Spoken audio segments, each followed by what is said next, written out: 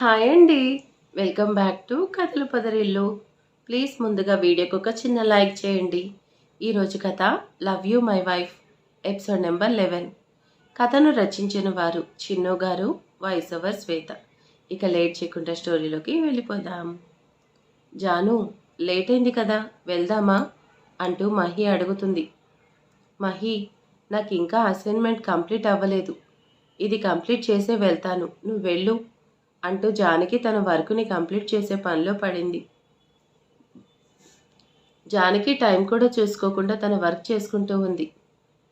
జాను, ఏం చేస్తున్నావే? నీకోసం ఇక్కడ టెన్షన్తో చచ్చిపోతున్నా. టైం చూసుకున్నావా? ఇంటికి వచ్చేదేమైనా ఉందా లేదా అంటూ కాల్లో జానకిని అరిచేసింది. జానకి టైం చూసుకుంటూ ఇట్స్ ఆల్రెడీ 11 అనేసి తల కొట్టుకుంటూ, అమ్మ, నేను ఆల్రెడీ దగ్గరికి వచ్చేసాను, నువ్వేం కంగారు పడకు, 5 మినిట్స్లో వచ్చేస్తాను. జాను, అబద్ధం చెప్తే నమ్మేలా ఉండాలి, కుమ్మేలా కాదు. నువ్వు ఇంకా స్టార్ట్ అవ్వలేదు కదా, లేదంటే బయట రెయిన్ పడుతుందని నీకు తెలిసేది. నువ్వేమైనా రాలేక మధ్యలో ఉన్నావేమో అనుకున్నాను. క్యాబ్ బుక్ చేసుకొని త్వరగా వచ్చేయి అంటూ కవిత కట్ చేయగానే జానకి అన్నీ సర్దుకుంటూ బయటకు వచ్చింది. క్యాబ్స్ అవైలబుల్గా లేవు కదా, ఇప్పుడు ఏం చేయాలి? ఇప్పుడు నాకు తను కనపడాలి, నా కోపం మొత్తం చూపిస్తాను. ఈరోజు నీ వల్ల ఇదంతా అనేసి తన చున్నీ తలపై వేసుకుంటూ బయటకు వచ్చింది. జానకమ్మ, ఏంటి నువ్వు ఇంకా ఈడనే ఉన్నావా? ఆటోలు కూడా దొరకవు కదా, వానొచ్చేస్తుంది కదా, ఇప్పుడేం వెళ్తావు? పర్లేదు బాబాయ్, నేను వెళ్ళిపోతాను అంటూ జానకి అనేసరికి, జాగ్రత్తమ్మా అంటూ గొడుగు ఇవ్వగానే జానకి గొడుగు వేసుకొని స్టార్ట్ అయింది. అనసూయ చాలా కంగారుగా బయటికి చూస్తూ హాల్లోనే అటు ఇటు తిరుగుతుంది. ఆంటీ, ఏమైంది? మీరు అలా ఉన్నారు?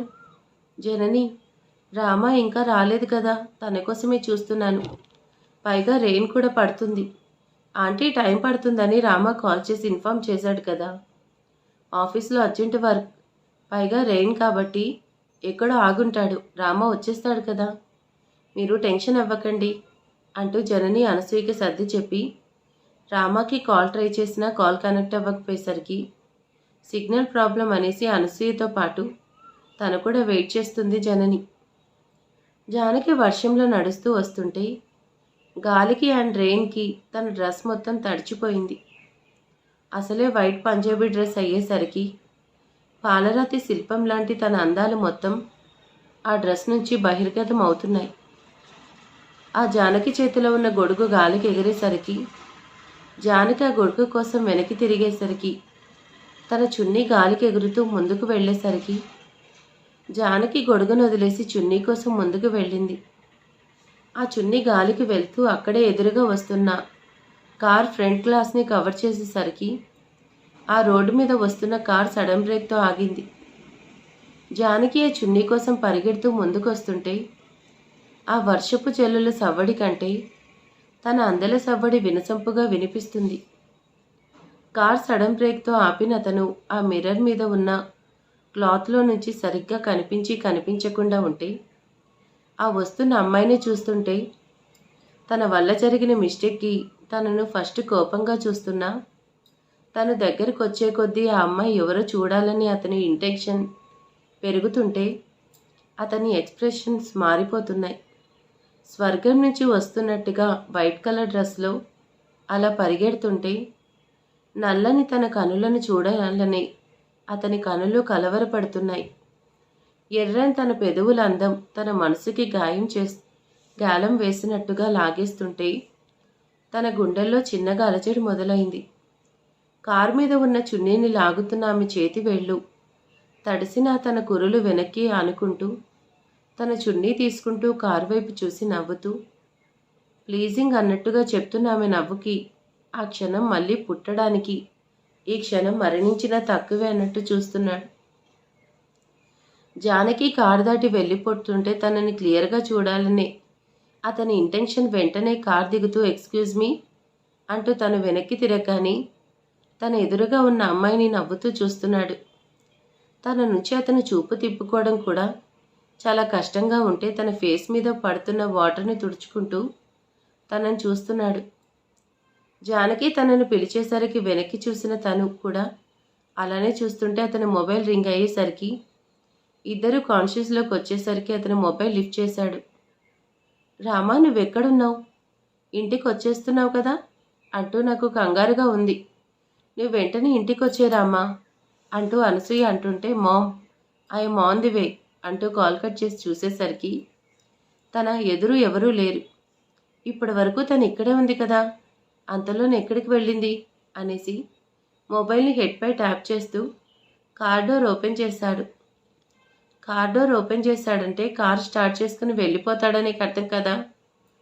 అర్థమైంది కదా మీకు కూడా. అండ్ ఇప్పుడు జానకిని చూసింది రామ.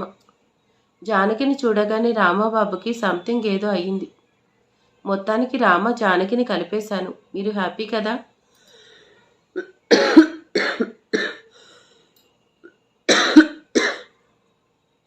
అబ్బా, ఈరోజు ఈ అబ్బాయి వల్లే నా డే మొత్తం స్పాయిల్ అయింది అనేసి జానకి అప్పటికే కాస్త రెయిన్ తగ్గి నార్మల్ అయ్యేసరికి ఆ చల్లగాలి తనువును తాకుతుంటే చున్నీతో కవర్ చేసుకుంటూ హడావిడిగా వస్తున్న జానకి ఎదురుగా ముగ్గురు అడ్డుగా వచ్చేసరికి ఆగింది. వామ్మో, వీళ్ళేంటి ఇలా ఉన్నారు? జానకి కాస్త కేర్ఫుల్గా ఉండవే అనుకుంటూ మీరేంటి? అడుక్కునే వాళ్ళు నా దగ్గర చేంజ్ లేదు. మిమ్మల్ని చూస్తుంటే నీకు అలా కనిపిస్తున్నామా? మాకు చేంజ్ కావాలి, బట్ నువ్విచ్చేది కాదు, మేం తీసుకునేది. అర్థం కాలేదా? వర్షంలో చలికి మంచిగా నాటుకోడి లెక్క దొరికావే. ఈ చేంజ్ చాలు, ఇంకేం అవసరం లేదంటూ జానకి ముందుకు నడుస్తుంటే జానకి వెనక్కి నడుస్తుంది. ఈరోజేంటి నా గతి ఇలా అయ్యింది? నిన్ను చూసినందుకు మార్నింగ్ చూసింది కదా అదే అనుకుంటుంది. మళ్ళీ మీకు రాంగ్గా కన్వే అవుతుందేమో. ఈరోజు నా పని అయిపోయింది. చూడండి, నేను కాబోయే ఐఏఎస్ ఆఫీసర్. నాతో కేర్ఫుల్గా ఉండకపోతే మీకే చాలా నష్టం. కాబోయే, కానీ ఇంకా కాలేదు కదా. ఈలోపు ఏమైనా అవ్వచ్చు. నిన్ను కేర్ఫుల్గా చూసుకుంటానులే, నువ్వేం భయపడకు. నీ కళ్ళలో భయం చూస్తుంటే మాకు మస్తు మజాగా ఉందంటూ జానకి చున్నీ మీద చెయ్యి వేయబోతున్న అతని చేతికి ఏదో తగిలేసరికి నొప్పితో చెయ్యి వెనక్కి తీసుకుంటూ జానకి వెనక వస్తున్న అతన్ని చూస్తున్నారు. జానకి కూడా అతన్ని చూస్తూ వీడిక్కడేం చేస్తున్నాడు అనేసి జానకి కూడా అతన్ని చూస్తుంటే స్టైల్గా బబుల్గమ్ నములుతూ వచ్చి జానకి ముందు నిలబడ్డాడు. జాను, అందరూ నాలాగే మంచిగా ఉంటాననుకున్నావా? ఇలాంటి వాళ్ళు కూడా ఉంటారు, నన్ను ట్రీట్ చేసినందుకు కాదు. మీరేంట్రా, ఆ అమ్మాయి కళ్ళలో భయం చూస్తుంటే మజాగా ఉందా? బట్ నాకేంట్రా సంకే తిరుగుతుంది అంటూ కాలితో ఒకటి పీకేసరికి వాడెగిరి దూరంగా పడ్డాడు. తన కళ్ళల్లో హ్యాపీనెస్ చూసే వరకు మీకు తప్పదురా అంటూ రెండోవాడు కడుపులో పంచిచ్చాడు. మూడోవాడు హర్షని వెనక నుంచి తన్నేసరికి వాడి చేయి పట్టుకుని వెనక్కి విరుస్తూ వెనక నుంచి కొట్టడం తప్పే కదా, అవునా కాదా అంటూ వాడు వాయి తీస్తుంటే కింద పడిన మొదటివాడు కత్తి పట్టుకొని హర్ష మీదకి వస్తుంటే జానకి కంగారుగా కత్తి వెనక అంటూ అరిచేసరికి హర్ష వెనక్కి తిరిగేలోపు ఆ చాక్ హర్ష హ్యాండ్ని కట్ అయ్యేసరికి బ్లడ్ వచ్చేసింది. హర్ష హ్యాండ్ని కాస్త మూవ్ చేస్తూ నైఫ్ పట్టుకున్న హ్యాండ్ని పట్టుకొని వెనక్కి విరిచేసేసరికి దెబ్బకి కత్తి వదిలేశాడు. ముగ్గురిని కూడా తుక్కుగా నచ్చినట్టు కొట్టేస్తున్నాడు హర్ష. అక్క అక్క, బావ కొట్టేస్తున్నాడు, బాగా నొప్పిగా ఉంది. నీ కళ్ళలో ఆనందం కావాలట, నవ్వే అక్క, నొప్పిగా ఉంది అంటూ జానకిని బ్రతిమలాడుతుంటే నేను హ్యాపీనెస్ చూసే వరకు నీకు తప్పదురా అంటూ మళ్ళీ కొట్టేస్తుంటే వాళ్ళని కొట్టే దెబ్బలకి జానకి కళ్ళప్పగించి చూస్తుంది.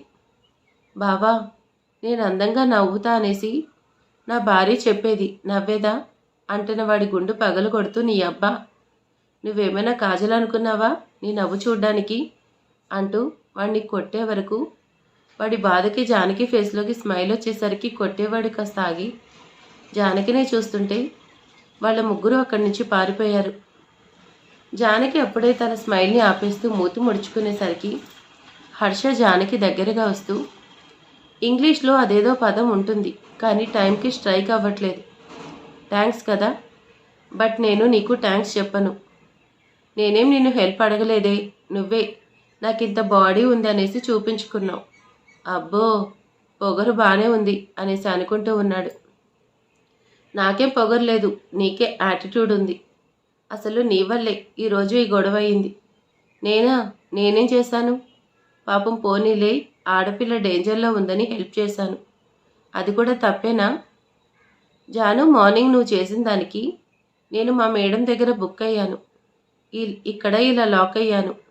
ఈ ప్రాబ్లం నీ వల్లే కాబట్టి నువ్వే సార్ట్అవుట్ చేశావు. నీకు పొగరు కేజీలో కాదు జాను, టన్నుల్లో ఉంది. నీతో నాకెందుకు అంటూ హర్షని దాటి 2 అడుగులు ముందుకు వేసింది. హేయ్, అలానే వెళ్ళు, నీ తమ్ముళ్ళు అక్కడే ఉంటారు. ఈసారి నేను కూడా సేవ్ చేయను అంటూ హర్ష అనేసరికి జానకి అక్కడే ఆగుతుంది. అక్కడే ఉండకపోతే తోడుగా రమ్మని అడగచ్చు కదా. నీ పొగరు ఒప్పుకోవట్లేదా? ఆడపిల్ల, అర్ధరాత్రి, పాపం, నేనైనా అడగాలి, హెల్ప్ చేసినప్పుడు తోడుగా రావాలని కదా అనేసి జానకి అక్కడే కదలకుండా ఆగింది. జాను అంటూ తనకి దగ్గరగా వచ్చిన జానకి భుజం మీద చెయ్యి వేస్తున్నట్టే వేసి వెళ్దామా అంటూ హర్ష అనగాని, ఇదే కాస్త తగ్గించుకుంటే మంచిది అంటూ చేయి తీసేస్తూ ముందుకు కదిలేసరికి హర్ష తన వెనకే వచ్చాడు. సార్, మీరు చెప్పినట్టే చేశాం, కానీ మీరు వచ్చి కొడతారు అనుకుంటే ఎవరో వచ్చి తుక్కుగా కొట్టేశారు. ఇంకాస్త డబ్బులు ఎక్కువివ్వండి. ఛా, నా ప్లాన్ మొత్తం నాశనమైంది.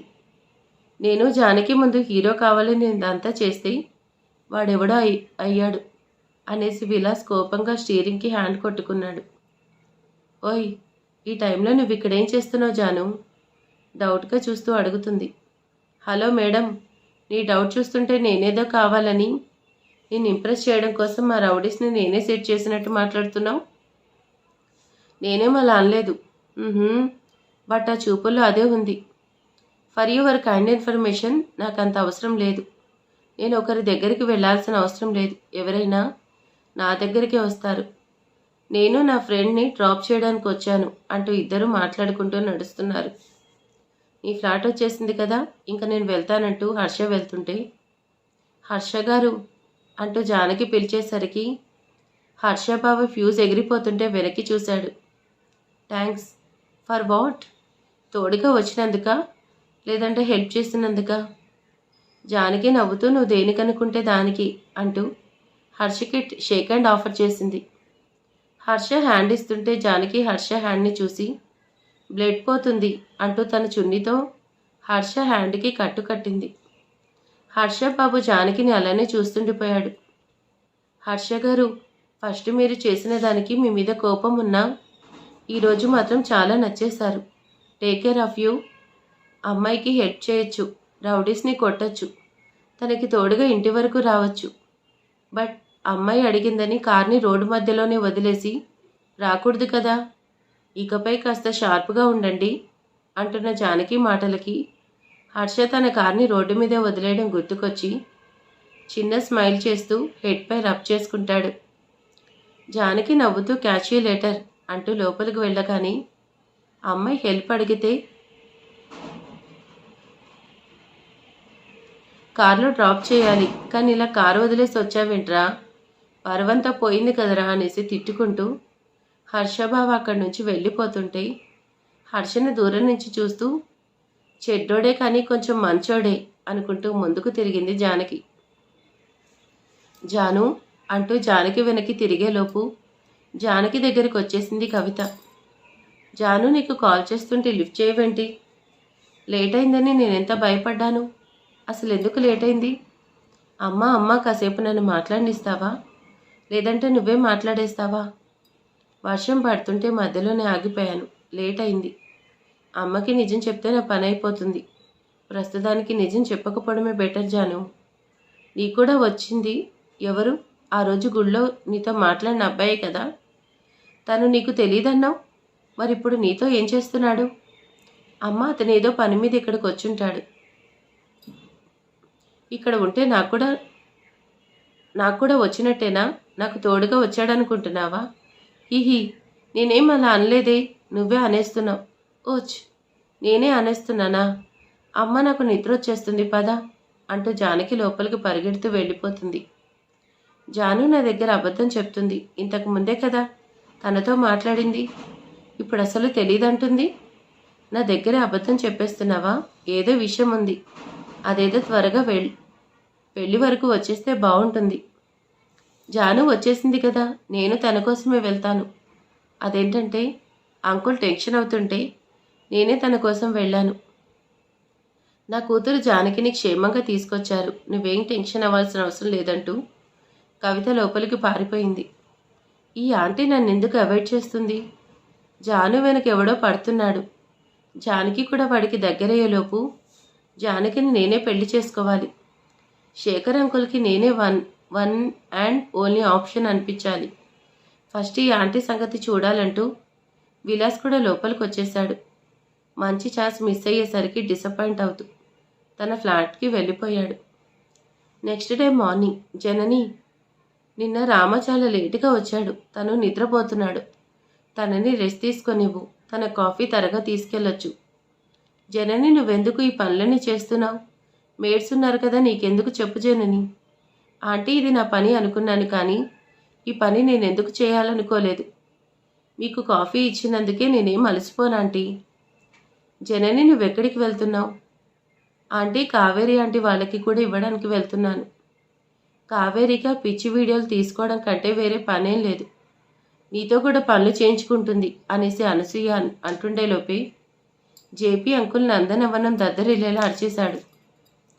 జేపీ ఎందుకు ఇలా అరిచాడు, ఏమైంది అనేసి అందరూ కూడా హాల్లో నుంచి జేపీ రూమ్ వైపు పరుగులు వెళ్లారు.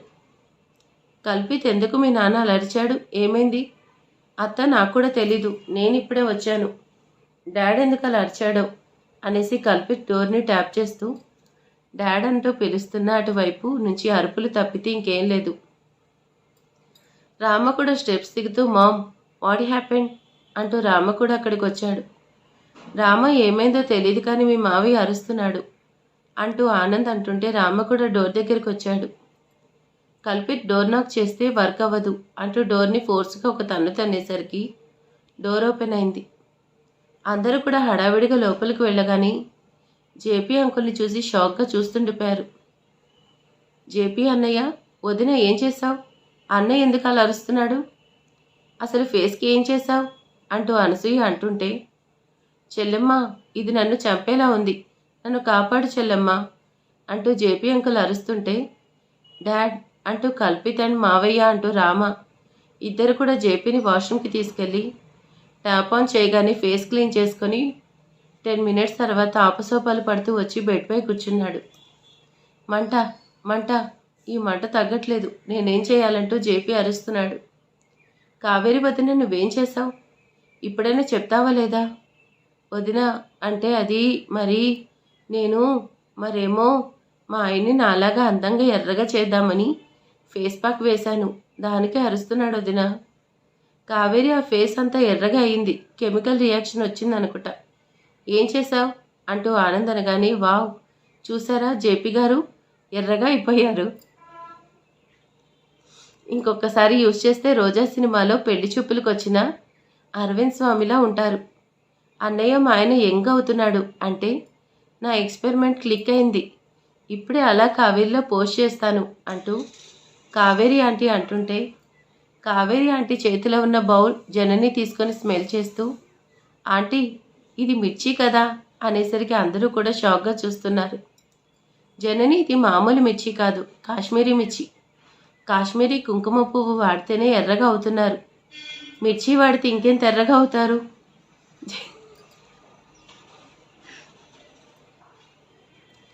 జేపీ ఆ మాటకి షాక్గా చూస్తూ, వసేయ్, నన్ను అందంగా మారుస్తానని నువ్వు చేసే పనిదా? నన్ను కళ్ళు మూసుకోమని చెప్పి శాశ్వతంగా కళ్ళు మూపించాలనుకున్నావా? జేపీ గారు, మీకేమైనా అయితే నేను తట్టుకుంటానా?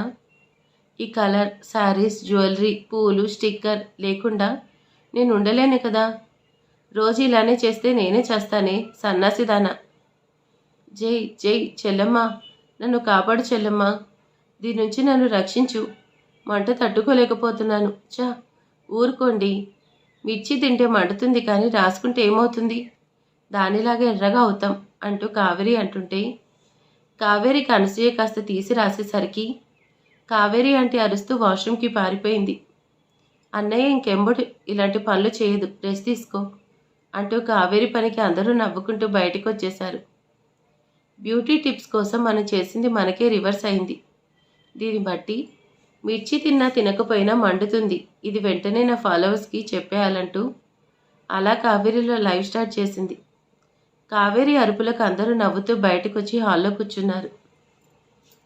జనని మళ్ళీ కాఫీ తీసుకొని వచ్చి అందరికీ కాఫీ ఇస్తుంది. రామ కాఫీ తీసుకుంటుంటే అనసూయ రామాను చూస్తూ రామా అంటూ కంగారుగా తన చేయి పట్టుకుంది.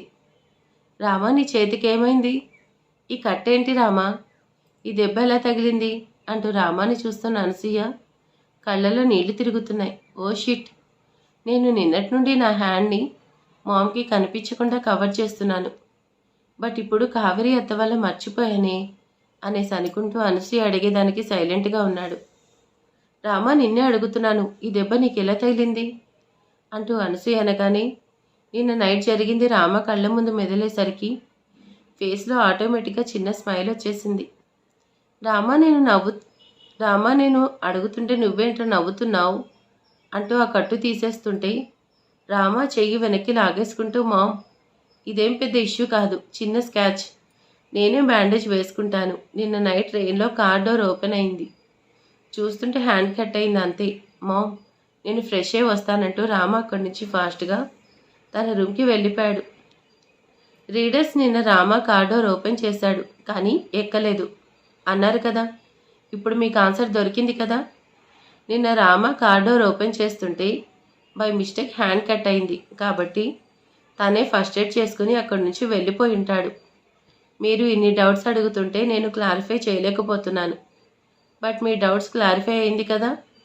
ఇప్పుడైనా నమ్ముతారు కదా రామ హర్ష ఇద్దరు ఒక్కరు కాదని. రామ ఈ అమ్మ దగ్గర ఎందుకు నిజాన్ని దాచిపెడుతున్నాడు? ఈ గాయం ఎలా అయిందంటే రామ కళ్ళలో హ్యాపీనెస్ చూశాను. దెబ్బ తగిలితే బాధ కనిపిస్తుంది కానీ ఆనందం కాదు కదా. ఈ మధ్య రామలో చాలా మార్పు కనిపిస్తుంది. ఈ మార్పుకి కారణం ఏంటి అంటూ అనసూయ ఆలోచిస్తుంది. రామ ఫేస్లో స్మైల్ ఎందుకంటే మేబీ జానకిని చూడడం గుర్తొచ్చేసరికి స్మైల్ వచ్చి ఉంటుంది, సరేనా? నేను ఇంత క్లారిటీగా చెప్తున్నా, మళ్ళీ మీరు కన్ఫ్యూజ్ అవుతారు నాకు తెలుసు.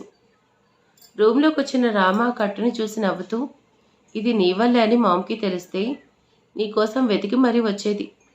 దీనికి నువ్వు నాకు కన్ఫామ్గా థ్యాంక్స్ చెప్పాలి, బికాస్ నిన్ను ఈరోజు నేనే మా మామ్ నుంచి సేవ్ చేశానంటూ చిన్న స్మైల్ చేస్తూ ఆ కట్టుని తీసేసి తన షర్ట్ని రిమూవ్ చేస్తూ తన పాకెట్లో ఉన్న జుంకాని తీస్తూ నిన్ను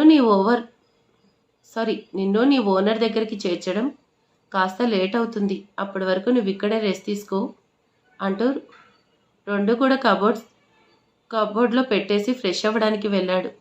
మరి ఆ తర్వాత ఏం జరగబోతుంది ఏంటి అనేది నెక్స్ట్ పార్ట్లో చూద్దాం. Thank you.